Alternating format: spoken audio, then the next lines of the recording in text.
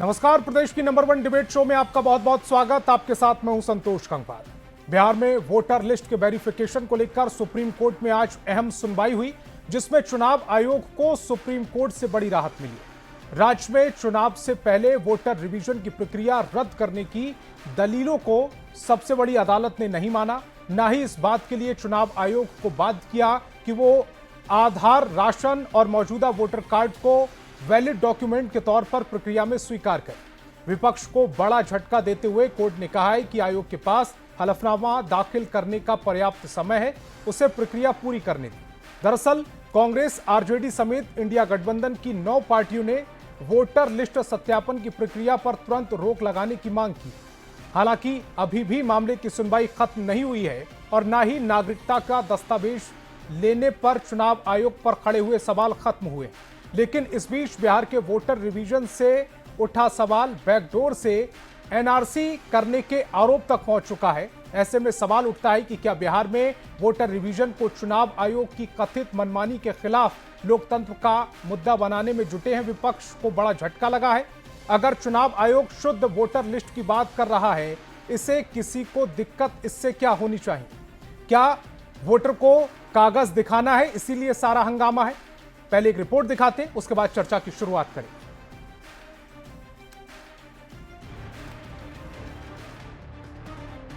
बिहार में मतदाता पुनरीक्षण पर हाय तौबा मचा रही विपक्ष को सुप्रीम झटका लगा है। देश की शीर्ष अदालत ने साफ कर दिया कि मतदाता गहन पुनरीक्षण जारी रहेगा। अब सुप्रीम कोर्ट से विपक्ष को झटका लगने के बाद सियासत और सुलग गई है। सभी दल अपने अपने हिसाब से सुप्रीम कोर्ट के फैसले पर बयान दे रहे हैं। एनडीए ने सुप्रीम कोर्ट के फैसले का स्वागत करते हुए कहा कि विपक्ष अब हार मान चुका है। संविधान में विश्वास करने वाले लोग हैं। माननीय संवैधानिक संस्था का, माननीय न्यायालय का हर निर्णय के साथ हम खड़ा हैं, सम्मान करेंगे। निश्चित तौर पर स्वागत योग्य फैसला है। माननीय न्यायालय ने जो भी फैसला दिया है संविधान के दायरे में ही दिया है। जो भी तथ्य उन्होंने पेश किए उच्चतम न्यायालय ने उसको पूरी तरह से खारिज कर दिया, ये कहते हुए कि चुनावी प्रक्रिया पर किसी प्रकार के पुनरीक्षण में हम रोक नहीं लगाएंगे। हम सब प्रसन्न हैं इस बात से कि मतदाता सूची की पुनरीक्षण का कार्य चल रहा है, सही मतदाताओं को जोड़ा जा रहा है और आने वाले दिनों में इस महागठबंधन में हमारी जीत की पूरी संभावनाएं बन चुकी है। थोड़ा टाइमलाइन की दिक्कत है, टाइमलाइन को लेकर के चिंता भी व्यक्त की है माननीय सर्वोच्च न्यायालय ने भी, इसलिए 28 की फिर से सुनवाई की डेट है। तो ये चूंकि चल रही प्रक्रिया है, तो इन चीजों पर भी नजर रखेंगे बिहार के लोग। माननीय सर्वोच्च न्यायालय की नजर में अब सारी चीजें आ चुकी हैं, तो वो भी रखें। सुप्रीम कोर्ट ने अपने फैसले में साफ कहा, संवैधानिक संस्था के काम पर रोक नहीं लगाई जा सकती। बिहार में मतदाता पुनरीक्षण का काम जारी रहेगा। सुप्रीम कोर्ट के इस फैसले के बाद निर्वाचन आयोग पर सवाल खड़े कर रही विपक्ष को बड़ा झटका लगा है। न्यूज़ 18 के लिए दिल्ली से अमितेश सिंह के साथ ब्यूरो रिपोर्ट। तो डिबेट की शुरुआत करें उससे पहले आज के सवालों पर आते हैं। आज बहस बिहार की में हम पूछेंगे वोटर रिवीजन पर सुप्रीम कोर्ट में कौन किस पर भारी पड़ा है, क्योंकि दोनों ही पक्ष से अपने अपने तर्क हैं कि एक का दावा है कि वो भारी पड़े और दूसरे का दावा है वो भारी पड़े हैं। तो ऐसे में वोटर रिवीजन पर सुप्रीम कोर्ट में कौन किस पर भारी पड़ा? क्या आधार को लेकर सुप्रीम कोर्ट का सुझाव मानेगा इलेक्शन कमीशन? वोटर रिवीजन पर संविधान का सम्मान किसे नहीं?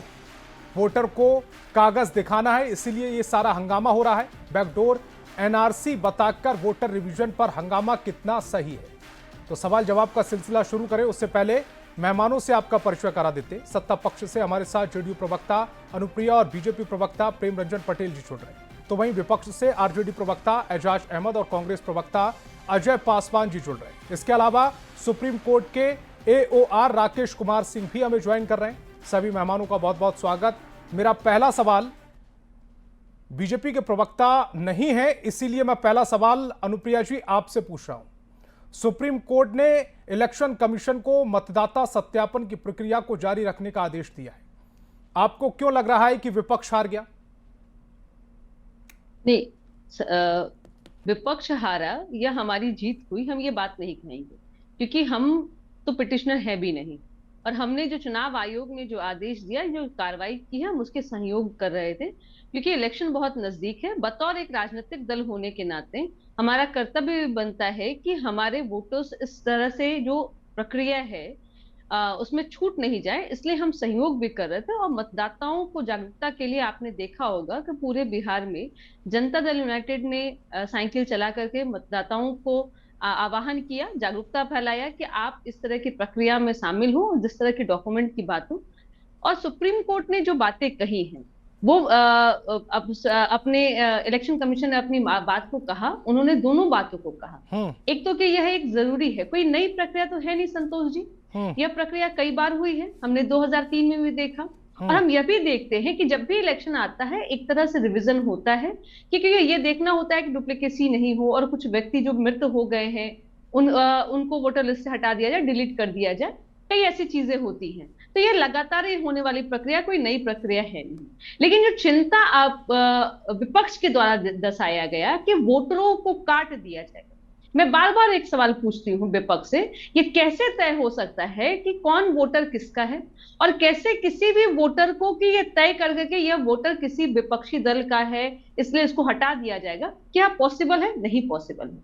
क्योंकि आज भी आपने सुना होगा कि सुप्रीम कोर्ट ने कहा है कि आप वोटर लिस्ट प्रकाशित करने नहीं करेंगे जब तक हमारा फैसला नहीं आ जाता है। मतलब 28 का जो डेट मिला है, 25 तक ये प्रक्रिया चलनी थी, लेकिन 28 को डेट मिला है, उसके बाद ही यह लिस्ट जारी हो सकता है।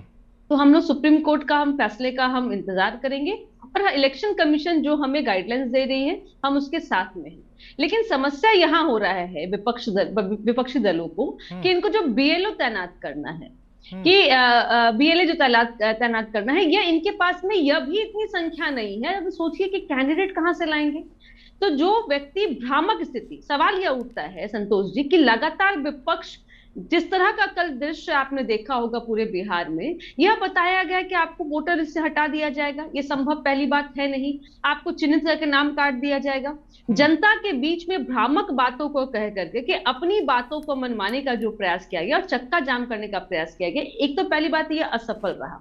दूसरा कि उन्होंने कोशिश की बिहार की जनता के साथ में सरकार के जितने भी पदाधिकारी हैं, बीएलओ के रूप में, बीएलए के रूप में, वो लगातार कार्यरत हैं, उनको बता रहे हैं।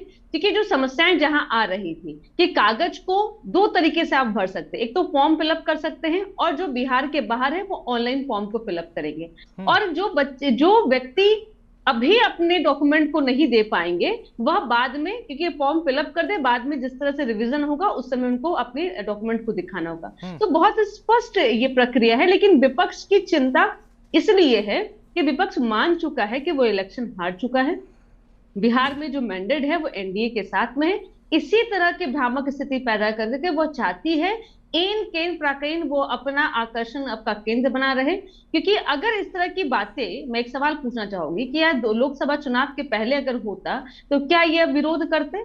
नहीं करते। और जहां पे इलेक्शन कमीशन के द्वारा, क्योंकि आप देखे होंगे संविधान पे सवाल कहते हैं कि संविधान खतरे में है, कभी कहते हैं वोटर लिस्ट में गड़बड़ी है, कभी कहते हैं ईवीएम में गड़बड़ी है, लेकिन जहां ये चुनाव जीत जाते हैं ये सारे आरोप निराधार हो जाते हैं। तब ये कहते हैं लोकतंत्र की जीत हुई है। ये सुप्रीम कोर्ट के फैसलों को भी चुनौती देते हैं। जहां इनके पक्ष में सुप्रीम कोर्ट के पास इस हवाले से फैसला आता है तो कहते हैं कि भाई न्याय की जीत हुई है, और जब इनके पक्ष में नहीं होता तो अन्याय हो रहा है। तो विपक्ष पूरी तरह से अपनी राजनीतिक जमीन को वो खो चुकी है, इसलिए भ्रामक स्थिति पैदा करके कि बिहार की जनता को बलगला रही है। अंतिम एक बात मैं कहूंगी कि सुप्रीम कोर्ट का जो फैसला होगा और इलेक्शन कमीशन जो आदेश देगा हम उसको मानेंगे, क्योंकि हमारा ये मानना है कि इलेक्शन जो है फेयर होना चाहिए। डुप्लीकेसी की जो बात हो रही है वो वैसे मतदाताओं को हटाना चाहिए, जहां पे जो कि आरजेडी ने मांग किया था 2024 की लोकसभा के बाद में डुप्लीकेसी है वोटर लिस्ट में। और मैं गलत होंगी तो एजाज जी मुझे सुधारेंगे कि इनके ही नेता ने कहा था। तो जब सुधार हो रही है तो फिर इतनी घबराहट और घबराहट किस बात की है? ठीक है एजाज जी, जो शुद्धिकरण हो रहा है वोटर लिस्ट में उस पर तो सुप्रीम कोर्ट ने रोक लगाई नहीं है। विपक्ष इस फैसले को कैसे देख रहा है? अपनी जीत के तौर पर देख रहा, अपनी हार के तौर पर देख रहा, या कोई और नजरिया है आपका? देखिए संतोष जी, जो हमारी पार्टी, हमारे नेता तेजस्वी जी सवाल खड़ा कर रहे थे समय के संबंध में, उस संबंध में माननीय सुप्रीम कोर्ट का रिमार्क आपने स्पष्ट रूप से देखा और स्पष्ट रूप से सुना। उन्होंने कहा कि आपने गलत समय चुना है, आपको अगर ये रिवीजन के कार्य करने थे तो पहले से ही करना चाहिए था या चुनाव के बाद करना चाहिए था। जो बात हम लोग कहते थे उसको सुप्रीम कोर्ट ने कहीं ना कहीं मोहर लगाई।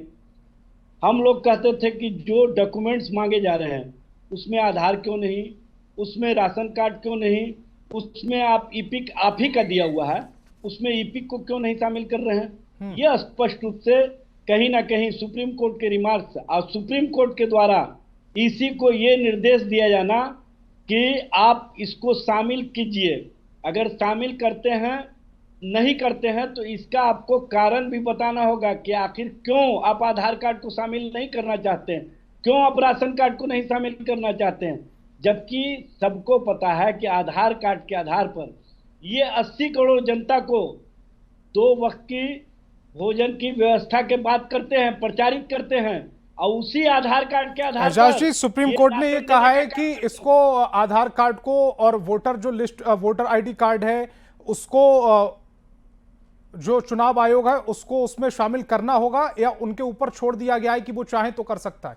हाई मैंडेटरी होता तो आदेश होता, लेकिन उन्होंने क्या कहा कि अगर नहीं शामिल करेंगे तो आपको एफिडेविट देना होगा कि किन कारणों से शामिल नहीं करना चाहते हैं।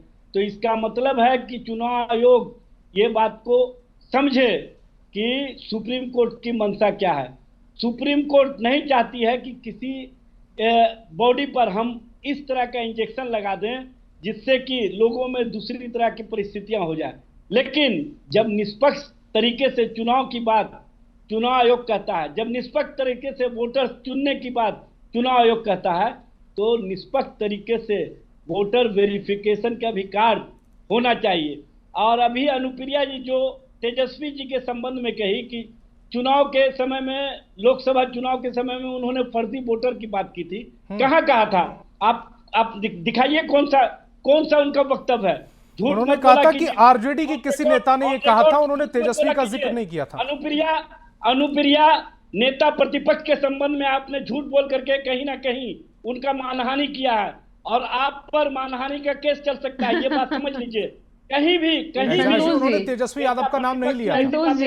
उन्होंने कहा था कि मुझे आरजेडी के किसी नेता ने कहा था और वो उसका जिक्र कर मुझे सकते कोई हैं। परेशानी नहीं है भाई, एजाज जी, नेता मैं प्रतिपक्ष आपके ने कब आरजेडी के कहा प्रवक्ता लोकसभा की चुनाव तरह के नहीं समय हूँ में इस तरह कि की मैं बातें, इस तरह की भाषा भ्रामक स्थिति पैदा जनता नहीं दल यू के करूँ। और जो प्रवक्ता बातें हैं जो मैं सच्चाई के साथ सच्चाई कह रही हूँ, और आपने आप कहा ला के है। रिकॉर्ड दीजिए। संतोष नहीं, जी, नहीं, मैं दिखाइए। बताऊंगी आपको, अभी आप दिखाइए, चैनल के माध्यम से संतोष जी, उनसे दिखाइएगा मांगिए, उनसे कि मांगिए कंप्लेन कि किया कहाँ था वो इन्होंने वक्तव्य इलेक्शन दिए, कमीशन को कहाँ वो कि वक्तव्य डुप्लीकेसी दिए, की बात है। इस तरह नहीं की नहीं, बातें हम नहीं दिखाएंगे, करती है। हम दे किसी देंगे, का- हम न्यूज 18 की टीम नहीं, को देंगे और वो वोटर बताएंगे को- आप वोटर भी को कि दिग्भ्रमित आरजेडी करना चाहती की हैं। पाठशाला क्योंकि नहीं आप चल लोगों रही की है मंशा कि ठीक हम नहीं है। झूठ पढ़ाते हैं, आप झूठ लोग सिखाते हैं लोकतांत्रिक और प्रक्रिया झूठ पर परेब विश्वास करते नहीं हैं। करते बिल्कुल नहीं आप आजादी, पिछड़ों आप परेशान का, नहीं आप होइए। पिछड़ों का, आप शायद दलितों खुद ही का, अपने नेता को सुनते अल्पसंख्यकों नहीं का, हैं। आदिवासियों का वोट नहीं, काटना आप अपने चाहते हैं। नेता को सुनिए, इसीलिए आप इस तरह आप की नेता भाषा की बोल रही हैं। बातों को सुनिए, नहीं, आपकी सुन- पार्टी कहाँ क्या कंप्लेन करती है, अरे थोड़ा कहाँ पढ़ पर बोले लीजिए, हैं? थोड़ा कहाँ पर थोड़ा बोले हैं कार्रवाई अनुप्रिया? करके आइए। अनुप्रिया मैं कहाँ पर दूंगी, बोले हैं? मैं इस दूंगी, तरह मैं का दूंगी, ओलंपिक मैं के न्यूज संबंध में 18 को बात मैं करता अभी है। देती इस हूँ, तरह का मैं अभी नेता देती हूँ, मैं प्रतिपक्ष डिबेट के विधानसभा दौरान ही संबंध न्यूज में एजाज जी वो बात कह रही है कि करता दे देंगी, इस तरह की वो बात साक्ष्य कहीं से उपलब्ध उचित करा नहीं देंगी है। एजाज जी। ये मानहानि मैं दे आपने दूंगी। किया है, मानहानि टेंशन आपने नहीं लीजिए किया है एजाज नेता जी। प्रतिपक्ष एजाज जी का। वो कह रही है वो ठीक है, साक्ष्य उपलब्ध एकदम करा बिल्कुल। देंगी।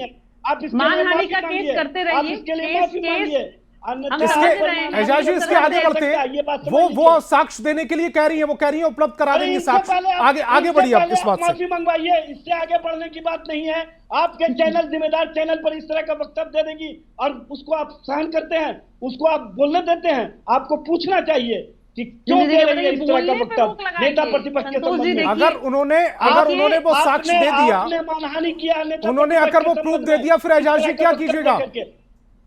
वो प्रवक्ता है, अपनी बात रख रही है, आप प्रवक्ता है, अरे अपनी आप बात रख रहे दिखाइए हैं। ना। नहीं, आप संतोष जी, मैं आपको भी चैलेंज करता हूं कि दिखवा दीजिए कहां पर बोले हैं। एजाज जी आप को दिखवा मैं दे रही दीजिए। हूं, वो संतोष न्यूज जी। 18 की मैं टीम दे को रही हूं। देंगी, मैं आपको दिखा मैं दूंगा। दे रही हूँ। और नहीं मैं दे होंगे रही तो आप हूँ। कानूनी दिखा कार्रवाई दीजिए। कर दीजिएगा उन पर। दिखा दीजिए। बिल्कुल, अब बिल्कुल। डिबेट को दिखा आगे बढ़ने दीजिए। दीजिएगा जी। बीजेपी इस प्रवक्ता तरह को का स्क्रीन पर नहीं लेकर चलता आए। है। इस तरह का भ्रम की राजनीति नहीं चलती है।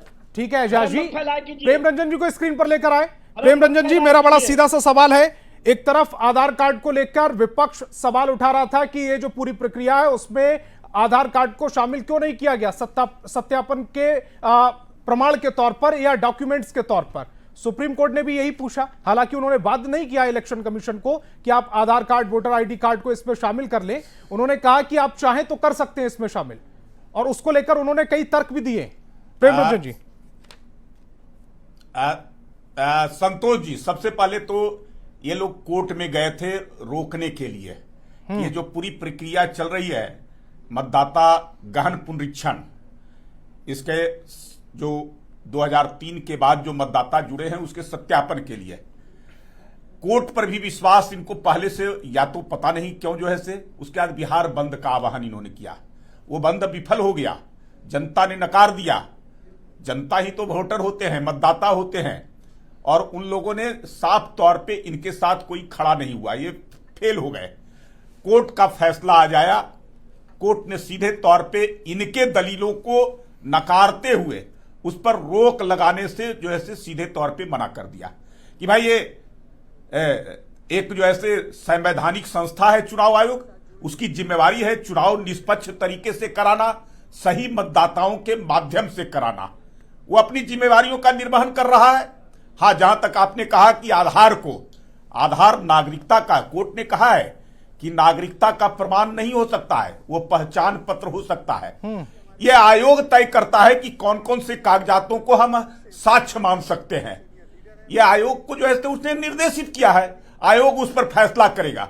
लेकिन विपक्ष को यह पहले तय हो गया है, पहले मान चुका है कि हमको हारना है, तो बहाना खोज रहे हैं तरह तरह के।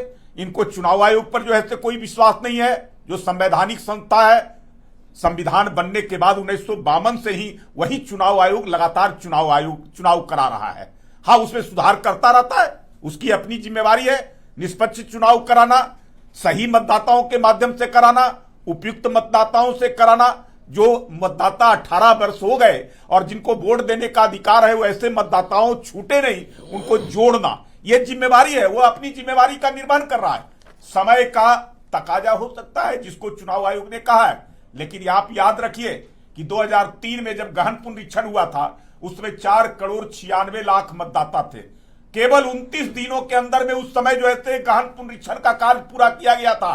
और अब तो इतने सारे सिस्टम तैयार हो गए, इतने सारे जो है मैन पावर हैं, बीएलओ हैं, प्रत्येक बूथों पर, एक बूथ पर 1000 मतदाता, लगभग जो है 200 से 250 परिवार, वहां तक बीएलओ को जाना है, फॉर्म भरवा करके जमा करना है। हर पॉलिटिकल पार्टी को एक बीएलओ बनाने का दिया गया है, और उनके एजेंट खड़े हैं, वो भी जो है अपने अपने मतदाताओं का इस काम में सहयोग कर रहे हैं। फिर इतने बड़े मैन पावर लगने के बावजूद ये 29 दिन तो बहुत बड़ा दिन है, ये तो हम 10-15 दिनों के अंदर में इस सारे काम को पूरा कर सकते हैं, और उसके बाद ये सवाल उठा रहे हैं। मुझे लगता है कि अपनी हार को पहले ही मान चुके हैं कि मुझे हारना है, जनता इनको नकार चुकी है, जनता के बीच में तो है नहीं। वैसे टर्न अजय जी का है, कांग्रेस प्रवक्ता का, लेकिन एजाज जी कुछ कहना चाह रहे हैं। एजाज जी आप तब से ये हार रहे हैं, उसके बाद में अजय जी आपके पास है कि हम बूथ लूट नहीं सकते हैं, हम जो है लाठी और गोली के बल पर मतदाताओं को डरा धमका नहीं सकते हैं, तो हमको तो हारना तय है। इसलिए जो है ये बहाना इस प्रकार का बना रहे हैं। ठीक है एजाज जी, जल्दी से। कल के चक्का जाम के बाद एनडीए के लोगों को पता चल चुका है कि अब इनका 20 साल खटारा जो गाड़ी है उसका चक्का नहीं चलने वाला है। इसीलिए क्योंकि इनके पास अचेत अवस्था वाले नेतृत्वकर्ता हैं, अचेत अवस्था वाले नेतृत्वकर्ता से ये अब नहीं जीत सकते हैं, इसलिए इनको लग रहा है कि पता चल गया ना, कल पूरा तरह फेल हो गया। कोई जनता जो है आपके साथ खड़ी नहीं हुई। धैर्य रखिए, अपने समय पर जी। माननीय सर्वोच्च न्यायालय ने एक बात स्पष्ट रूप से आज कहीं ना कहीं ईसी को कहा कि आप नागरिकता का किसी से प्रमाण नहीं ले सकते हैं। ये काम गृह मंत्रालय का है, और वो भी न्यायिक प्रक्रिया के बाद ही किसी के नागरिकता पर सवाल आप खड़ा कर सकते हैं। लेकिन जिस तरह से ये नागरिकता के प्रमाण के लिए एनपीआर, आप ये बता दीजिए संतोष जी, देश में कहाँ नेशनल पॉपुलेशन रजिस्टर तैयार हुआ है जो एनपीआर का ये सर्टिफिकेट मांग रहे हैं? ये वन अधिकार क्षेत्र का सर्टिफिकेट मांग रहे हैं। बिहार में कहाँ वन अधिकार क्षेत्र है? ये कहीं ना कहीं इनकी मंशा ठीक नहीं है। और ये जो 2004 के बाद वोटर्स बने हैं, उनके माता पिता दोनों का ये जन्म प्रमाण पत्र मांग रहे हैं या आवासीय प्रमाण पत्र मांग रहे हैं। इससे ही समझ में आता है कि नौजवान जो तेजस्वी जी के नेतृत्व पर विश्वास करता है, जिसने देखा है कि तेजस्वी जी ने 11 डॉक्यूमेंट्स मांगे जा रहे हैं। जन्म प्रमाण पत्र और आवास प्रमाण पत्र नहीं मांगा जा रहा। 11 डॉक्यूमेंट्स है, उसमें से कोई एक दे दीजिए भाई। 11 डॉक्यूमेंट्स में एनपीआर है क्या? देश में कहाँ एनपीआर हुआ है? अरे सर, तो इसके बाद ये प्रक्रिया आगे भी राज्यों में होगी। इसी साल 2026 से पहले ये 5 और राज्यों में प्रक्रिया शुरू होने वाली है। ये पूरे देश में चलेगी। शुरुआत बिहार से हो रही है, डॉक्यूमेंट्स वही रहेंगे। और आप कह रहे हैं कि फैसला हो गया। ठीक है, कोर्ट ने फैसला नहीं दिया। मैंने कब कहा सर फैसला हो गया? कि सुनवाई होगी। अभी आप अपने बोल रहे थे कि फैसला हुआ। मैंने कब कहा फैसला हो गया? रोक लगाने से नकार दिया ना कोर्ट। आप लोग कहते हैं कि रोक लगाना है, इसको रद्द कीजिए। 28 तारीख को ये नहीं काम हो ठीक है, सकता अजय जी को स्क्रीन पर लेकर आए। सुप्रीम कोर्ट ने साफ तौर पे कहा कि ये संवैधानिक संस्थाएं चुनाव इसकी अपनी जिम्मेवारी है, वो अपनी जिम्मेवारियों का निर्वहन कर रहा है। उस पर हम रोक नहीं लगा सकते हैं। आप एजाज जी अपने समय पर बोलिएगा। आपने बीच में चूंकि समय मांगा, मुझे लगा कोई महत्वपूर्ण बात कहने वाले हैं आप। ठीक है, अजय जी का टर्न है, उनको बोलने दीजिएगा। उसके बाद राकेश कुमार जी भी हैं, एओआर सुप्रीम कोर्ट से हमने बुलाए हैं, उनकी भी बात जानेंगे। उसके बाद आएंगे आपके पास। अजय जी, ये जो पूरी प्रक्रिया सुप्रीम कोर्ट में हुई और सुप्रीम कोर्ट का जो वर्णन आया, यानी कि जो वक्तव्य आया सुप्रीम कोर्ट का, उस पर कांग्रेस पार्टी का क्या स्टैंड है? इन लोगों को इसी पर जैसे ही हमला होता है, ये मानना रहा है कि आधार कार्ड एक महत्वपूर्ण डॉक्यूमेंट है। संवैधानिक धाराओं के आधार पे उसको लाया गया है और उसी के आधार पे जो है आप देखेंगे कि कई चीजें जो है सरकार की योजना से लेके तमाम चीजें जो है उसके आधार पर तय किया जाता है। जैसे एसआईआर में मैट्रिक का प्रमाण पत्र मांगा गया था और बाकी कई चीजें मांगी गई थी, आवासीय प्रमाण पत्र भी मांगा गया था। तो ये ऑलरेडी ये चीजें आधार कार्ड में होता है। तो आप उस आधार कार्ड को ही इस तरह से खारिज कर रहे थे। जैसा कि आपने देखा सुप्रीम कोर्ट ने आज ये कहा है कि नागरिकता का जो पहचान है उसका वो काम जो है इलेक्शन कमीशन का नहीं है। देखिए, पिछले कुछ लगातार इलेक्शंस में हम देखे थे किस तरह से इलेक्शन कमीशन का जो रोल रहा है और वोटर लिस्ट में जो गड़बड़ियां पाई गई हैं, हम लगातार उन चीजों से जो है सशंकित थे। और कल आपने देखा होगा कि जनता की अदालत में हम लोग गए और आज जो है माननीय उच्च न्यायालय में हम थे। तो न्यायालय की जो प्रक्रिया है वो सामान्य रूप से चलती रहेगी और हमें पूरा विश्वास है न्यायालय के ऊपर। हम स्वागत करते हैं आधार कार्ड और तमाम चीजों को जोड़ने के। मैं आता हूं, मुझे सिर्फ एक बात बताइएगा। अनुच्छेद 326 के तहत ये चुनाव आयोग के पास अपना अधिकार था, जो सुप्रीम कोर्ट ने भी माना है, और इसीलिए उन्होंने इस पूरी प्रक्रिया को रोका नहीं है।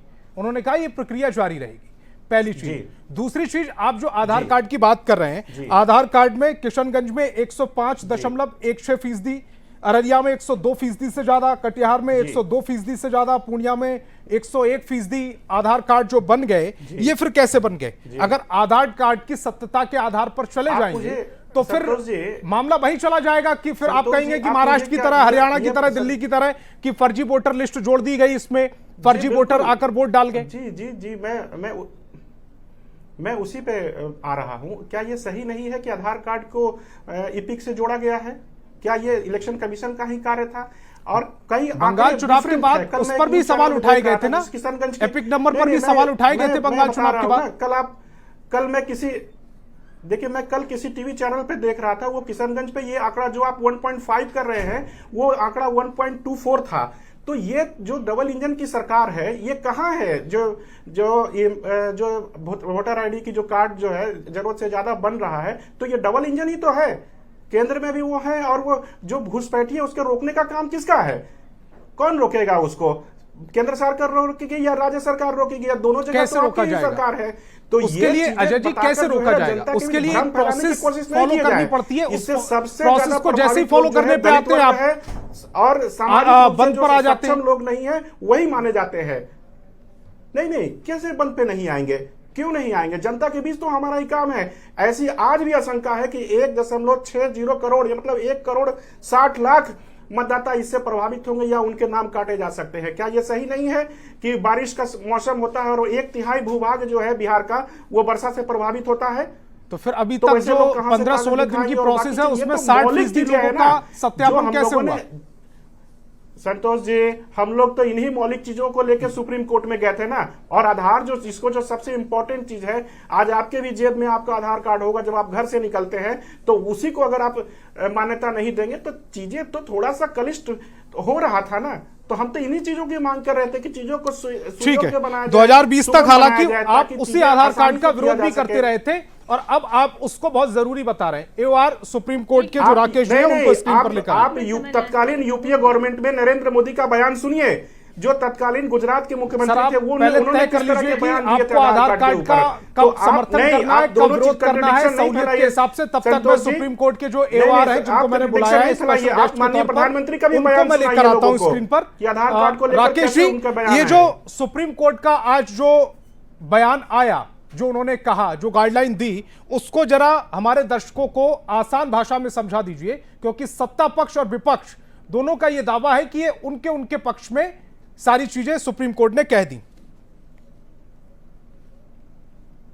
कि सुप्रीम कोर्ट जो है वो संविधान से चलता है, वो किसी के पक्ष विपक्ष की बात नहीं करती है, वो बात करती है संविधान में क्या है और संविधान के हिसाब से क्या सही है क्या गलत है। अब सुप्रीम कोर्ट ने, अगर मैं शुरुआत करूं तो सुप्रीम कोर्ट ने ये कहा है कि प्रक्रिया संवैधानिक है, जो इलेक्शन कमीशन कर रही है वो प्रक्रिया संवैधानिक प्रक्रिया है। लेकिन उन्होंने साथ में ये भी कहा कि लेकिन पारदर्शिता जरूरी है। पहली बात तो ये है। और मैं अभी आधार की बात हो रही थी तो मैं आधार पर कह दूं कि आधार पर ऑलरेडी सुप्रीम कोर्ट का एक जजमेंट है 2018 में कुट्टास्वामी केस में, जिसमें कि ये कहा गया है कि आधार नागरिकता का प्रमाण नहीं है। ये ऑलरेडी सुप्रीम कोर्ट ने क्लैरिफाई कर दिया और उसको आज भी जब हियरिंग हो रही थी तो आज भी इसको रीट्रेट किया गया, आज दोबारा दोहराया उन्होंने कि जो आधार है हम मानते हैं कि वो नागरिकता का प्रमाण नहीं है। अब आप ये देखिए कि आर्टिकल जो 326 है जिसकी बात हो रही थी, वो कहता है कि जो भी वोटर होगा वो क्या होगा, वो हमारे देश का नागरिक होगा, सिटीजन होगा। तो अब कोई सिटीजन है या नहीं है ये तो सुनिश्चित करेंगे, ये सुनिश्चित करने का अधिकार किसको है। तो अब आर्टिकल 324 पे आइए आप, 324 पे। 324 ये कहता है कि जो वोटर लिस्ट या इलेक्शन रिलेटेड जो भी काम है उसके सुपरिटेंडेंस, डायरेक्शन और कंट्रोल, इसका अधिकार इलेक्शन कमीशन को ही है।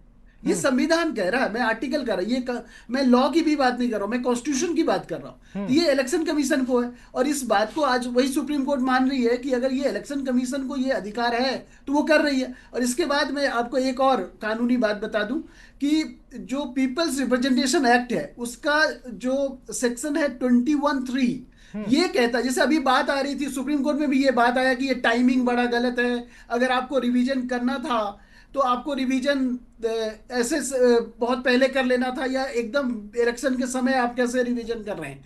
ठीक है, तो इसमें टाइम, तो ये जो सेक्शन 21(3) है वो ये कहता है कि एनी टाइम, वो कहता है कि इलेक्शन कमीशन को यह अधिकार है कि वो कभी भी स्पेशल रिवीजन कर सकती है। ठीक है, तो सुप्रीम कोर्ट तो इन्हीं चीजों में जाएगी ना, सुप्रीम कोर्ट तो कानून देखेगी, संविधान देखेगी। सुप्रीम कोर्ट ये नहीं देख रहा है कि भाई की क्या, लेकिन सुप्रीम कोर्ट ये जरूर देखेगी कि नेचुरल जस्टिस फॉलो हो रहा है कि नहीं, कहीं ऐसा तो नहीं है कोई बायसनेस हो रहा है, तो उसी को देखा सुप्रीम कोर्ट ने।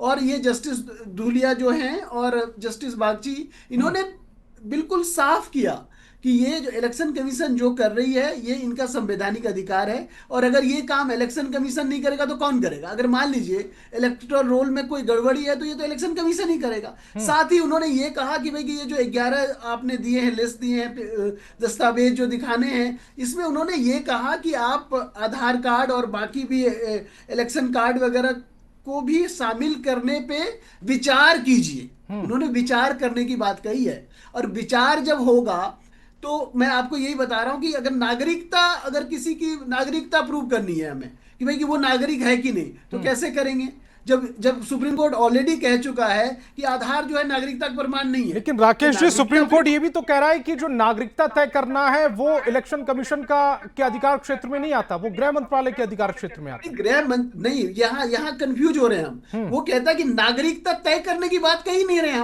हम तो नागरिकता तो तय गृह मंत्रालय करेगा, वो तो उसका करेगा ना जो नागरिक नहीं है। मान लीजिए कि अगर कोई मैंने कोई नागरिकता के लिए मैंने कोई दस्तावेज लगाया ही नहीं, तो ये तो इलेक्शन कमीशन ही ना कहेगा कि भाई आप नागरिक हैं कि नहीं। हम वो इलेक्शन कमीशन आपकी नागरिकता की वैधता, मतलब आप ये कह रहे हैं कि वो नागरिकता आपको बांट नहीं रहा, ये प्रूव नहीं कर रहा कि आप नागरिक है नहीं, लेकिन आपको वो प्रोसेस फॉलो करने के लिए अपनी नागरिकता से जुड़ा हुआ सर्टिफिकेट देना जरूरी है, तभी आप वोटर लिस्ट में शामिल हो सकते हैं। मैं ठीक कह रहा हूँ? आप कोई किसी रिक्रूटमेंट में गए और जी। आपको मैट्रिक पास होना है, तो मैट्रिक पास तो वो रिक्रूटमेंट जो एजेंसी है वो नहीं करा रही है, वो बिहार बोर्ड करा रही है। लेकिन अब वो कहे कि नहीं नहीं, चूंकि बिहार बोर्ड करा रही है तो रिक्रूटमेंट एजेंसी मैट्रिक ठीक पास है। का सर्टिफिकेट नहीं मांग सकती। मैं ऐसा ठीक तो नहीं मैं है। समझ गया और मुझे लग रहा है कि मेरे जो पैनलिस्ट हैं वो भी समझ गए। अब अनुप्रिया जी आपका टर्न है। नहीं संतोष जी, जो बातें राकेश जी कह रहे हैं या सुप्रीम कोर्ट कह रही है, ये बात कांग्रेस और आरजेडी को समझ में नहीं आएगी, क्योंकि ये समझना नहीं चाहती है। समझना इसलिए नहीं चाहती हो कि मैं कांग्रेस के प्रवक्ता से पूछना चाहती हूँ कि आपकी कई राज्यों में सरकार है, और जब आपने उस इलेक्शन को जीता था तब तो आपने नहीं कहा कि लोकतंत्र खतरे में है या एक संवैधानिक प्रक्रिया के तहत नहीं हुई है। तब आप कहते हैं कि लोकतंत्र की जीत हो गई है और हमें मैंडेट मिला है। होंगी तो अब सुन लीजिए, देंगे ना। आपने क्या ये टाइमिंग की सही बात नहीं है कि करी। महाराष्ट्र नहीं में नहीं एक ही नहीं सुनिए ना पहले, नहीं आप तो ये तो इलेक्शन इलेक्शन कमीशन को जवाब देना है। नहीं आप इलेक्शन कमीशन से पूछेंगे और इलेक्शन कमीशन आपको बताएगी। अजय जी 2009 में भी बड़े थे, आपने यह 30 कहा, लाख के आसपास। नहीं आपने आरोप 2009 में भी 30 लाख बड़े थे लोकसभा और विधानसभा के बीच में। अगर मैं गलत हूं तो डेटा चेक कीजिएगा आप। 4 महीने में 2009 में भी बड़े थे सर, 4 महीने के अंदर ही बने थे। लोकसभा और विधानसभा के अंतर में जो 30 लाख वोटर बड़े थे 2009 में भी, उस समय किसकी सरकार थी आप बैठकर तय कीजिएगा। अनुप्रिया जी अपनी बात को रखिएगा। 2000 में नहीं बढ़े थे, 2009 सर, 2009 चेक कीजिएगा आंकड़ा। अनुप्रिया जी अपनी बात को रखिएगा। संतोष जी, मैं आरजेडी के प्रवक्ता को बहुत आदरपूर्ण कहना चाहूंगी कि आप जो सर्टिफिकेट दे रहे हैं ना माननीय मुख्यमंत्री जी के बारे में, थोड़ा कल का दृश्य बताइए ना कि लालू जी ऐसे कौन से पीड़ादायक स्थिति में थे कि कल वो निकले नहीं, बिहार की जनता को संबोधित करने के लिए आपने आह्वान किया था। देखिए आप मान चुके हैं कि जो आपके राष्ट्रीय अध्यक्ष हैं, जो अचेत अवस्था में कि जो बाबा भीमराव को नहीं समझ पा रहे हैं, उनको रिकॉग्नाइज नहीं कर पा रहे, उनको सम्मान नहीं कर पा रहे हैं, तो पहले समझ लो, सुन लीजिए पहले तो समझ लो क्या साहब का अपमान नहीं किया है। नहीं आप समझ लो क्या होता है। पहले अपनी भाषा पर संयम रखिए। एजाज जी, अब मैं आपको कह रही हूँ बड़े हैं तो इसका मतलब ये आप डिक्टेट नहीं करेंगे। एजाज जी थोड़ी सी भाषा का गरिमा रखिए।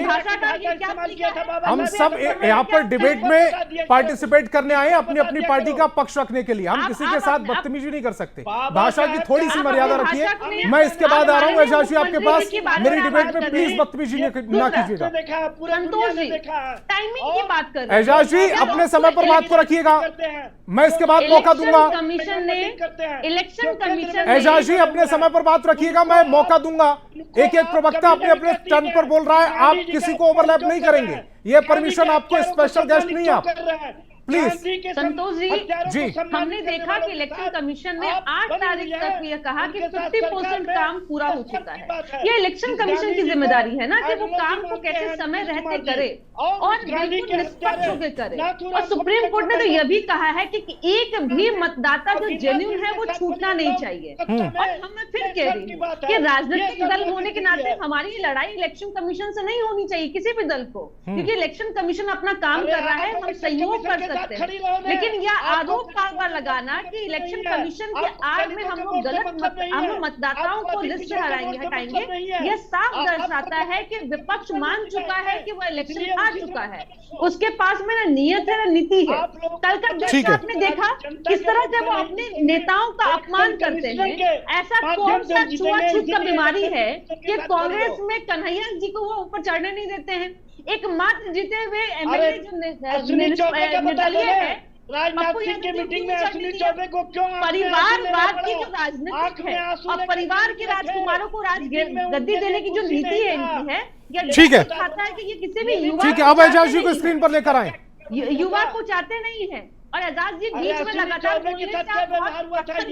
लेकिन मैं आपसे उम्मीद करता हूं अनुप्रिया जी आपकी आवाज जनता तक पहुंची है। मैं उम्मीद करता हूं आप बीच में डिस्टर्ब नहीं करेंगी। एजाज जी आप अपनी बात को रखिएगा। नहीं मैं उम्मीद करती हूँ कि आरजेडी के प्रवक्ता इस तरह का आचरण नहीं करेंगे और ऐसा आचरण दर्शाता है कि कैसी मानसिकता रखते हैं और कैसी सरकार ये चलाते आए हैं। इसी तरह की सरकार ये चलाते थे। जिस तरह से महात्मा गांधी को अपमानित करती है, जिस तरह से महात्मा गांधी के हत्यारे नाथूराम गोडसे को केंद्र सरकार के मंत्री गिरिराज सिंह महिमा मंडित करते हैं। अरे बाबा भीमराव अम्बेडकर जी का अपमान करते हैं, उसके बारे में क्यों नहीं बोलते? महात्मा गांधी को आइडियोलॉजिकल मानते हैं, वो नीतीश कुमार नाथूराम गोडसे वाले के साथ खड़े हैं।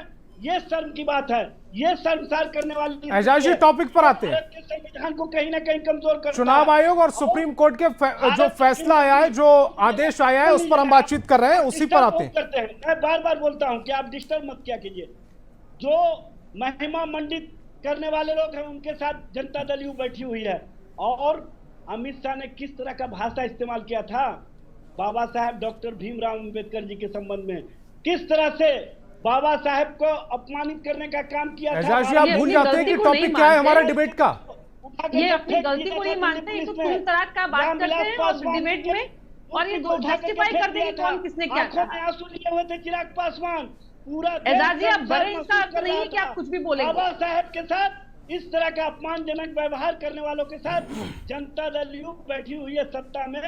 ये कहीं ना कहीं स्वार्थ। ठीक है, अपना थोड़ा सा कैमरा ठीक कराइए। नहीं है, इसलिए वो जूम हो गया है। एजाज जी, जरा मेरी बात को भी सुन लीजिए। आप अपना थोड़ा सा कैमरा ठीक कराइए, वो थोड़ा जूम हो गया है। सामने से खड़े होकर के उसको चैलेंज करते हैं। नफरत की राजनीति को समाप्त करके देश में भाईचारा की राजनीति को लालू जी ने मजबूती प्रदान की। लालू जी ने कहा कि जब हम एजाज जी, जब आप इस तरह की भाषा करते हैं तो मुझे टॉपिक से इतर भी सवाल पूछना पड़ जाएगा। कल हमने देख लिया आपने कितना भाईचारा किया था। पप्पू यादव को स्टेज पे नहीं चढ़ने दिया था। कन्हैया कुमार, जो कि कांग्रेस के पोस्टर बॉय थे, पलायन रोको, रोजगार दो, जो पदयात्रा निकल रही थी, उनको चढ़ने नहीं दिया था। ठीक है, आप टॉपिक से इधर उधर हो जाते हैं। बीजेपी प्रवक्ता को स्क्रीन पर लेकर आए। प्रेम रंजन जी, अपनी बात को रखिएगा जल्दी से। संतोष जी, सामने नजर आ रहा है कि किस प्रकार से जो है राजद के लोगों के और खास करके विपक्ष के लोगों में बेचैनी है।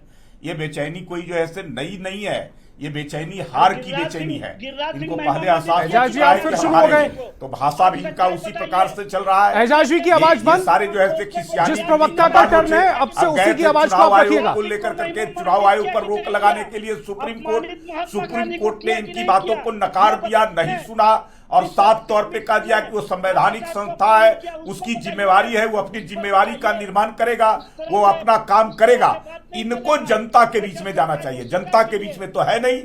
ये तो केवल जो है मीडिया में बने रहते हैं, केवल जो है ट्वीट्स पर रहते हैं, केवल पोस्टर में रहते हैं, केवल फेसबुक पर रहते हैं, वही तक है। जनता के बीच में तो कुछ है नहीं।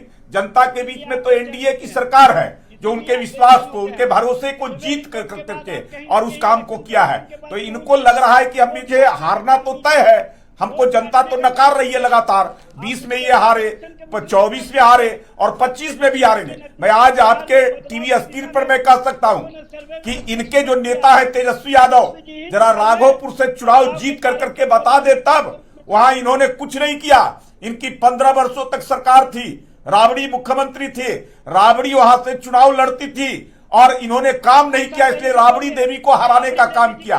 तेजस्वी भी 5 वर्षों के अंदर में पहली बार जब वो चुनाव लड़े थे तो नीतीश कुमार जी का समर्थन था, इसलिए वहां से चुनाव जीत गए और नीतीश जी के कारण जीते। तो नीतीश जी ने वहां पुल बना दिया उस राघोपुर के अंदर में। राघोपुर के विकास के लिए उन्होंने कमिटी बनाया है कि वहां की समस्याओं को हम दूर करने का काम करेंगे। तो तेजस्वी तो डर से वहां राघोपुर नहीं जा रहे हैं, तो बाकी बिहार में कहां जाएंगे? अपने विधानसभा क्षेत्र में नहीं जा रहे हैं। तो इनकी नेता का चुनाव हारना तय है और इनकी पार्टी का क्या हाथ होगा इसी से अंदाजा लगा सकते हैं। यही बेचैनी, यही तो ऐसे परेशानी, ठीक है, इनको इस प्रकार का भाषा का, ठीक है, कांग्रेस प्रवक्ता को स्क्रीन पर लेकर आए जो है इस प्रकार के जो है, ठीक है प्रेम रंजन जी, कांग्रेस प्रवक्ता को स्क्रीन पर लेकर आए, उनका टर्न है। व्यवहार कर रहे हैं लोगों के साथ। अजय जी, मेरा सवाल आपसे यह है कि संवैधानिक संस्थाएं जो हैं, चाहे वो इलेक्शन कमीशन हो या बाकी दूसरी संवैधानिक संस्थाएं, जब विपक्ष की ओर से उन पर सवाल उठाया जाने लगता है, उनकी नियत पर सवाल उठाया जाने लगता है, तो ऐसा नहीं लगता कि जनता भी इस बात को समझती है? देखिए संतोष जी, विगत कुछ चुनावों में आप देखे होंगे, अभी लास्ट लोकसभा का भी चुनाव जब हो रहा था, तो जिस तरह से चुनाव आयोग ने जो मतदान का प्रतिशत था उसको भी जारी करने में जिस तरह से लेट किया है, तो कई ऐसे चिन्ह मतलब प्रश्न चिन्ह उठते हैं कि हम उसकी रक्षा के लिए संविधान की रक्षा के लिए अपने आप को जनता के बीच जाएं और जनता को जागरूक करें। क्या यह सही नहीं है कि जब मतदान हो रहा था तो मतदान का प्रतिशत जारी करने में इलेक्शन कमीशन ने लेट किया है, पहले तो ये चीजें नहीं होती थी। उसी तरह से कई ऐसे चीजें हैं जिस पर लगातार कांग्रेस पार्टी नेता प्रतिपक्ष राहुल गांधी और बिहार में हमारे प्रदेश अध्यक्ष राजेश राम जी के नेतृत्व में इस चुनाव को लेकिन लेकर अजय जी इस पूरी प्रक्रिया को लेकर आपने जो सवाल थे, आप सुप्रीम कोर्ट के पास गए थे इस पूरी प्रक्रिया में सवाल लेकर, लेकिन विपक्ष का कि कोई और पार्टी आपके साथ खड़े नहीं थी। और यहां तक कि उमर अब्दुल्ला ने ये भी बोल दिया था, आपके सहयोगी रहे हुए हैं, उमर अब्दुल्ला ने ये भी कह दिया था कि जब जीते तो हम और हारे तो ही भी, तब आपने उनकी नियत को भी कटघरे में खड़ा कर दिया था। देखिए संतोष जी, ऐसा है कि जब जब संविधान की बात होगी तो सबसे पहले कांग्रेस पार्टी हमेशा से खड़ी रही है। और हम आप ये कह रहे हैं कि बाकी जो पार्टियां वो संविधान विरोधी है, इसका मतलब रक्षा की बात कर रहे हैं। कौन व्यक्ति क्या बोल रहा है उसके मायने अलग अलग तरीके से लगाए जाते हैं, मगर क्या यह सही नहीं है कि जो लगातार इलेक्शन कमीशन का जिस तरह से गठन की प्रक्रिया को बदला गया है, किस तरह से सुप्रीम कोर्ट के जो चीफ जस्टिस होते हैं वो निर्वाचन जो इलेक्शन कमीशन के चीफ को चुनने की जो कमिटी है उनसे उनको बाहर किया गया है, क्या ये ऐसी चीजें नहीं है कि इस समय की जो एनडीए सरकार है वो संवैधानिक व्यवस्थाओं के साथ छेड़छाड़ कर रही है? तो हम उन मुद्दों की बात कहते हैं। लेकिन मैं अजय जी यही तो जानना चाह रहा हूं कि जब आप सुप्रीम कोर्ट जाते हैं तब वहां पर आप अलग थलग पड़ जाते हैं, आप अकेले खड़े रहते हैं, तब आपके साथ ना एनसीपी होती है ना फिर वो शिवसेना उद्धव गुट होता है, वहां पर आप बिल्कुल अकेले पड़ जाते हैं। देखिए ये चीजें कहां से ये चीजें लाते हैं? कल क्या महागठबंधन मजबूती के साथ नहीं खड़ा था? आपके साथ सुप्रीम कोर्ट कौन गए? को शोभा देती है। आप संतोष जी देखिए 10 राजनीतिक पार्टी के सदस्य उसमें थे, क्या महुआ मित्रा उसमें शामिल नहीं थी? वो तो आप कैसी बात करते हैं? महाराष्ट्र चुनाव को लेकर जब आप सुप्रीम कोर्ट गए थे तो आपके साथ कौन खड़ा था? सिर्फ कांग्रेस? छोड़िए ना संतोष जी, कल की बात अगर मुझे चैलेंज कीजिए अगर मैं झूठ बोल रहा हूं। संवैधानिक व्यवस्था जिस तरह से तार हो रहा है, संविधान की रक्षा के लिए जो है कांग्रेस पार्टी हमेशा सामने आ रही है। और ये बाबा साहब के अपमान की बात करते हैं ये लोग, क्या ये सही नहीं है कि किस तरह से बाबा साहब का अपमान अमित शाह ने संसद परिसर में किया था? फिर सर ये 1950 तक चले जाएंगे, पहले इलेक्शन में कौन किसके खिलाफ खड़ा हुआ, ये सब टॉपिक नहीं है। तो फिर ये सब टॉपिक पहले की बात पूछने लगेंगे आपसे कि आप जो डिबेट का जो मुद्दा है सवाल खड़े हो जाएंगे, मैं कह रहा हूं कि सर डाइवर्ट हो जाएगा चीजों से, मेरे पास केवल यही। राकेश जी को स्क्रीन पर लेकर आए, बाकी सबकी आवाज कम, मेरे पास समय बहुत कम है। राकेश जी को स्क्रीन पर लेकर आए। राकेश जी, जब चुनाव आयोग अपना काम कर रहा है तो विपक्ष को जो ये आपत्तियां थी, आखिर इसकी जरूरत क्यों आई? क्या प्रक्रिया में कहीं पर कुछ गड़बड़ नजर आ रही है, या फिर विपक्ष अचानक से सुप्रीम कोर्ट चला जाता है, विपक्ष शुरुआत से इस प्रक्रिया का विरोध करने लगता है? ये सब विरोध क्यों आपकी नजर में क्यों हो रहा था? देखिए, पहले हमें तो ये समझना पड़ेगा कि इलेक्शन कमीशन, चाहे हमें उसे पसंद करें या ना पसंद करें, इलेक्शन कमीशन को ही कराना है। और वो संवैधानिक ये पावर इलेक्शन कमीशन को संविधान ने दिया है। अब बात है कि कुछ चीजें तो है, कुछ चीजें आज सुप्रीम कोर्ट ने भी फ्लैग किया ये कि भाई कि ये समय कि ये टाइमिंग क्या है, और आपने इतना जल्दीबाजी में ये सब सारी चीजें कर रहे हैं, प्रक्रिया कर रहे हैं, तो ठीक है। और मैं आपको एक बात बता दूं, यहीं पर माफी के साथ आपको रोककर एक सवाल पूछता हूं, माफी के साथ आपको रोककर एक सवाल पूछता हूं। ये जो प्रक्रिया है, अब तो 28 तारीख को इस पे सुनवाई है, यानी कि थोड़ा सा डिले हो गई। वोटर लिस्ट की जो प्रक्रिया, जो सत्यापन की जो लिस्ट आनी है, वो थोड़ी सी डिले होगी। अभी अक्टूबर लास्ट या नवंबर में संभवतः चुनाव होते हैं, पहले हफ्ते में बिहार में। क्या जो बीच का 2-3 महीने का समय था ये पर्याप्त नहीं था? क्योंकि 2024 में भी, 2003 में भी 31 दिनों में इस प्रक्रिया को पूरा किया गया था। और दूसरा सवाल यह भी कि क्या विपक्ष या बाकी पार्टियों के पास चुनाव से ठीक पहले इलेक्शन कमीशन वोटर लिस्ट नहीं देता है ऑब्जेक्शन करने के लिए? हाँ, बिल्कुल देता है, आप सही कह रहे हैं। और देखिए, ठीक है, और अगर कोई संदेह है, विपक्ष के मन में आया है। इसी आपको मैं बता दूं कि अभी सुप्रीम कोर्ट हॉलीडे पे है और ये जो बेंच है ये वेकेशन बेंच है, तो जरूर सुप्रीम कोर्ट ने इसको गंभीरता से लिया कि कोई भी चीज कम से कम जनता के मन में कोई भी दुविधा ना हो कि क्या हो रहा है, गलत सही हो रहा है। इसके लिए सुप्रीम कोर्ट ने उसको पिटीशन को 7 तारीख को जब इन्होंने मेंशन किया, एडमिट किया और बोला हम वेकेशन बेंच ही सुनेगी। अदरवाइज क्या होता है कि वेकेशन बेंच अर्जेंट मैटर ही सुनती है, क्योंकि एक ही कोर्ट चल रहा है सुप्रीम कोर्ट में। फिर भी उन्होंने इसको गंभीरता से लिया, इसे सुना और अभी भी उन्होंने कुछ अपने पॉइंट्स रखे। आप देखेंगे तो उन्होंने कुछ सवाल किए इनको, इलेक्शन कमीशन को, कि भाई क्या आप पहले ये बताइए कि आपको अधिकार है कि नहीं ये करने का। उसका जवाब दिया उन्होंने बोला कि भाई ये जो प्रक्रिया है ये वैध है कि नहीं, इस पे बात करी उन्होंने।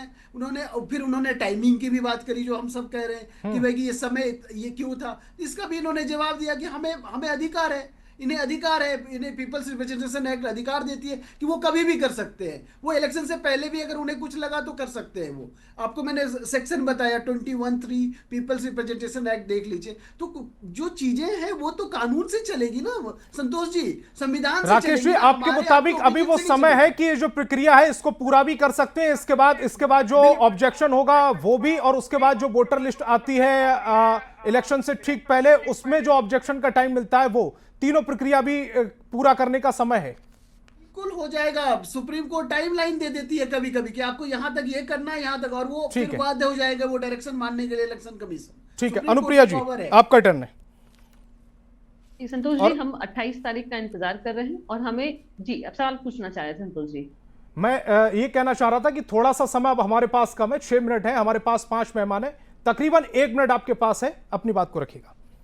संतोष जी, हम कह रहे हैं कि हमें सुप्रीम कोर्ट पे पूरा भरोसा है और जो इलेक्शन कमीशन पे सवाल उठ रहे हैं, इलेक्शन कमीशन लगातार जवाब दे रही है, वो अपने कामों को भी बहुत जल्दी कर रही है कि किसी तरह का सवाल उठे नहीं। क्योंकि देखिए यहाँ बात यह है, डुप्लीकेसी की बात है और ट्रांसपेरेंसी की बात हो रही है। अब तो ट्रांसपेरेंट है हर चीज, पब्लिक डोमेन में बातें हैं। इस तरह की भ्रामक स्थिति पैदा करके विपक्ष राजनीतिक जरूर साधने का प्रयास कर रही है, लेकिन बिहार की जनता बखूबी जानती है कि इलेक्शन कमीशन अपना काम करती है और राजनीतिक दल होने के नाते हमें अपने चुनावी एजेंडे पर ध्यान देना चाहिए, ना कि इस तरह का आरोप जो संवैधानिक संस्था है उस पर लगा के ये जो चुनाव जीतने का प्रयास करते हैं। ऐसा नहीं होगा।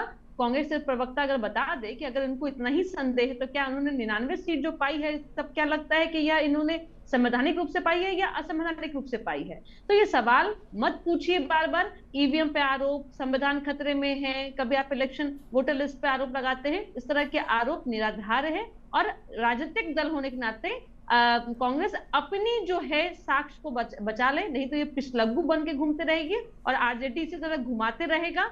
इनके नेताओं की क्या स्थिति है हम देख रहे हैं कि भाई मंच शेयर नहीं कर पाते। और ये भी बताते चले जाएं अजय जी, क्या आप लोग के नेता तेजस्वी जी हैं या नहीं? जनता दल का 3 महीने के बाद जो है ना बीजेपी में विलय होने वाला है। आप कांग्रेस की चिंता मत करिए। बिल्कुल हम लोग बिल्कुल आप देखिए कि नीतीश कुमार जी ये कह रहे हैं आप 3 महीने की बात, आप 3 महीने के बाद की बात कर रहे हैं, लेकिन जो मंच की तस्वीर है वो तो ताजा है। ठीक है, एकजुटता इनकी कहाँ है ये बता दें। मंच की तस्वीर इनके दफ्तर में देखिए, नरेंद्र मोदी की तस्वीर लग चुकी है, तो उनके दफ्तर में भी इनकी तस्वीर है, सब जगह है। डबल इंजन की सरकार है हमारी। ठीक है, एजाज जी को स्क्रीन पर लेकर आए। एजाज जी को, डबल इंजन, एजाज जी अपनी बात को रखिएगा, 1 मिनट आपके पास, 1 मिनट में अपनी बात को रखिएगा जी। देखिए संतोष जी, जिस तरह से माननीय सर्वोच्च न्यायालय ने ईसी को जो मामले पर कहीं ना कहीं इंजेक्शन किया है, वो स्पष्ट रूप से आगे आने वाले समय में आप देखेंगे कि ईसी अपने लाइन पर आ जाएंगे और स्पष्ट रूप से उनको आधार भी मानना होगा, राशन कार्ड भी मानना होगा और अपने ईपिक कार्ड को भी मानना होगा। क्योंकि आप आधार को बैंकिंग में लिस्टिंग किए हुए हैं, आप आधार को पैन में लिस्टिंग किए हुए हैं, आप आधार को 80 करोड़ जनता को जो 5 किलो गेहूं और 5 किलो चावल देते हैं उसमें लिस्टिंग किए हुए हैं। आप आधार को जब भारत से इंग्लैंड सरकार ने पूछा कि आप ये बताइए कि आपकी नागरिकता के प्रमाण के लिए कौन सा कार्ड है, तो भारत सरकार ने वीजा में उसी आधार नंबर को अंकित करके कहा कि यही हमारे भारत के नागरिकता का प्रमाण है। और ये बात राकेश जी भी स्पष्ट रूप से आपको बता देंगे। इसलिए आधार तो इनको मानना होगा, नहीं तो आधार सभी चीज से जो लिंक है लेकिन सुप्रीम उसको कोर्ट ने समाप्त बात करना नहीं होगा। किया है। ये बात स्पष्ट रूप से एजाज जी, सुप्रीम कोर्ट ने बात नहीं किया है। सुप्रीम बात कोर्ट- हो जाएंगे, ये बात हो जाएंगे, आप बात हो सुप्रीम कोर्ट जाएंगे। से ऊपर जाकर इन्हें भारत बात की कराएंगे। नागरिकता के लिए जब इंग्लैंड सरकार ने फैसला भी यही पूछा ले रहे हैं। तो स्पष्ट रूप से इन्होंने आधार का ही नंबर लिंक करके फैसला भेजा। भी यही दे रहे हैं, कि आधार ही संतोष जी, हमारे पिटिशनर भी यही है और नागरिकता का फैसला भी प्रमाण यही है। ठीक है, इसलिए प्रेम रंजन पटेल जी को और स्क्रीन पर ये लाएं। भी जानकारी रख करके आगे बैठा भी करें लगाते जदयू हैं, के फैसला भी प्रवक्ता, लगाते हैं। भाजपा के प्रवक्ता जानकारी के अभाव में इस तरह की भाषा इस्तेमाल नहीं कर रहे हैं।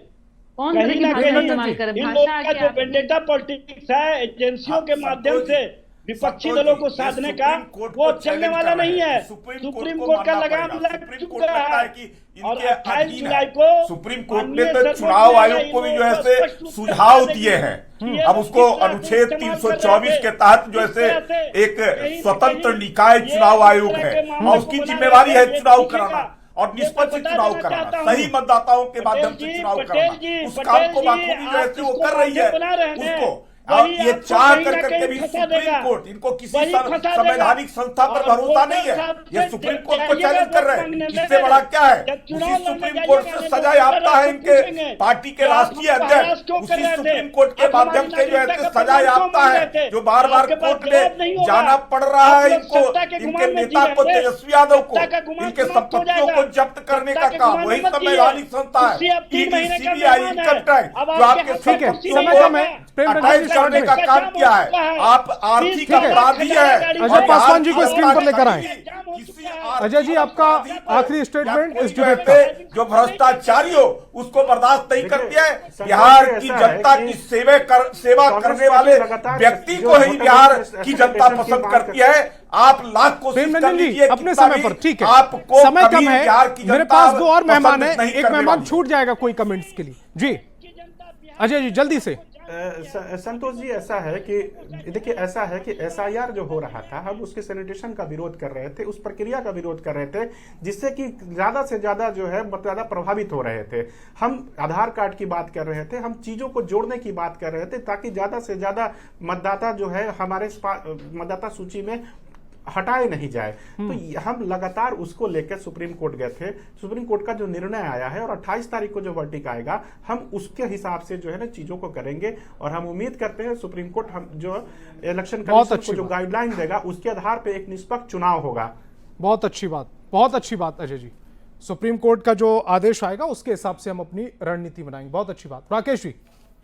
जी देखिए, पहले तो मैं सबको आश्वस्त करना चाहूंगा कि जब चीजें सुप्रीम कोर्ट के हाथ में है तो हमें विश्वास रखना चाहिए कि सुप्रीम कोर्ट जो करेगी सही करेगी और वो सबको मानना भी पड़ेगा। आप चाहे कुछ भी आपको पसंद हो ना पसंद हो, ठीक है, और वो प्रक्रिया, और इनके तरफ से काफी काबिल वकील भी हैं वहाँ, ठीक है, तो इनको पहले आश्वस्त होना चाहिए। और मैं सबसे महत्वपूर्ण बात ये कहूंगा कि इलेक्शन कमीशन ने वहाँ एक ये भी दलील दी है कि हम एक भी वोटर का नाम नहीं काटेंगे बिना उनको अपील का अधिकार दिए। जी, मतलब और बहुत महत्वपूर्ण बात होती है ये। और लेकिन मेरे पास समय की कमी है। आप सब मेहमान मेरे साथ जुड़े, आपका बहुत बहुत शुक्रिया। और बहस प्यार की मैं फिलहाल इतना, आगे तो देखिए, खबर तो समझ लो।